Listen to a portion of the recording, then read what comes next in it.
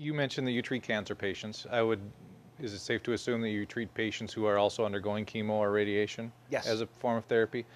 With diet being so important in patients who are undergoing those treatments, having such a hard time eating at all, Yep. how do you make sure that they get the nutrients that are going to help the body through that process? Well, nutrient density, again, becomes even more important.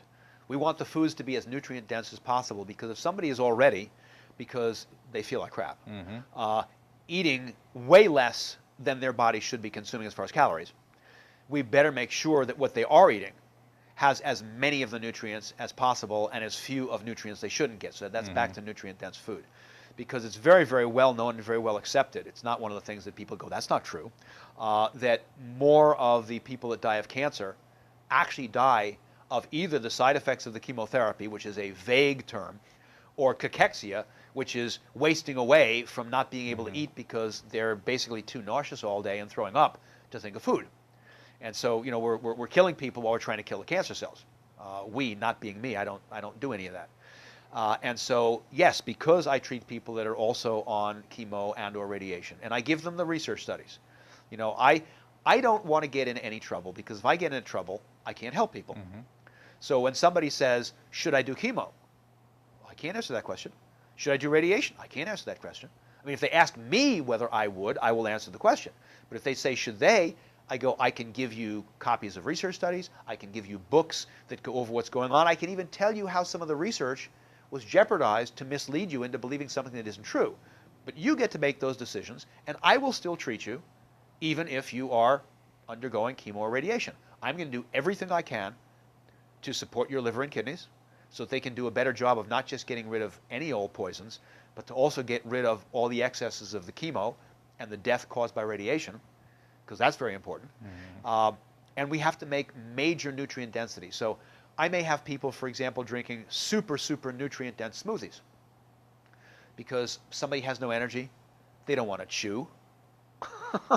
Yeah. uh, they don't want to eat what used to be their favorite foods because that has no taste because the chemo's killed their Mm-hmm. taste buds. And so if we can make smoothies with really, really healthy food. Now, we're in California. The laws in every state are different. For example, in other states, the holistic practitioner can't say they're treating you. They actually have to say, I'm educating you. I'm not treating you, I'm educating you. In California, if a holistic practitioner that is not licensed by the state, as a physician, is working with a patient, and if they say, I'm not treating you, I'm just educating you, they're violating California state law.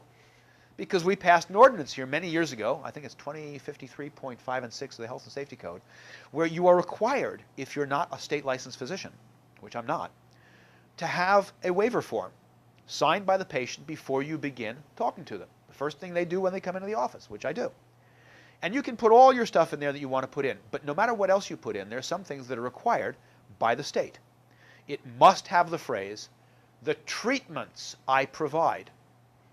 So you have to, you're treating them. The treatments I provide must be looked at as complementary to those of the state licensed healing arts. Okay, I have no problem having people sign that. That I am not licensed as a physician by the state of California. And then it has to have something on my education and my credentials, which covers the entire back page of that. Mm-hmm. And they have to sign that. And that protects me because I am treating these people and the state allows me to. In most other states, you better not even say you're treating them. Only the doctor can treat. California is one of the few that you can. Most of the holistic professionals don't even know about that law, and so they're violating it by not having that waiver form. So, we have to do all these different things, but it's very, very important for exactly the reason that you said. They feel awful. We have to make the best possible taste to the most nutrient-dense possible foods, and very often that may end up being a smoothie. And again, I'm in California where certified raw milk is legal, so you can go to many health food stores. I'm down in San Diego. We have Jimbo's, we have Sprouts, we have Ocean Beach People Foods, and you can go in and you can buy raw, whole, grass-fed, pastured cows' milk, and that's very easy for the body to digest. Most people that even are allergic to milk, they're not really allergic to milk. They're allergic to the cooked milk that we call milk. And they have no problems with the raw if it's grass-fed. Some people are truly allergic. You can be allergic to anything. So if they're not truly allergic to milk, if they have no reaction to good quality grass-fed raw milk, I'll have them put that into a smoothie. I'll have them put in a berry that's very high in nutrients but very low in sugar.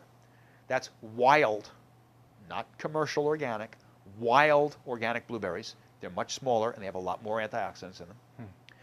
And then we're going to add in some other different things to make it healthier. So I'll put in, I happen to use Carlson brand cod liver oil. I'll put a tablespoon of cod liver oil in there. And we'll probably put in whatever flavors they like best.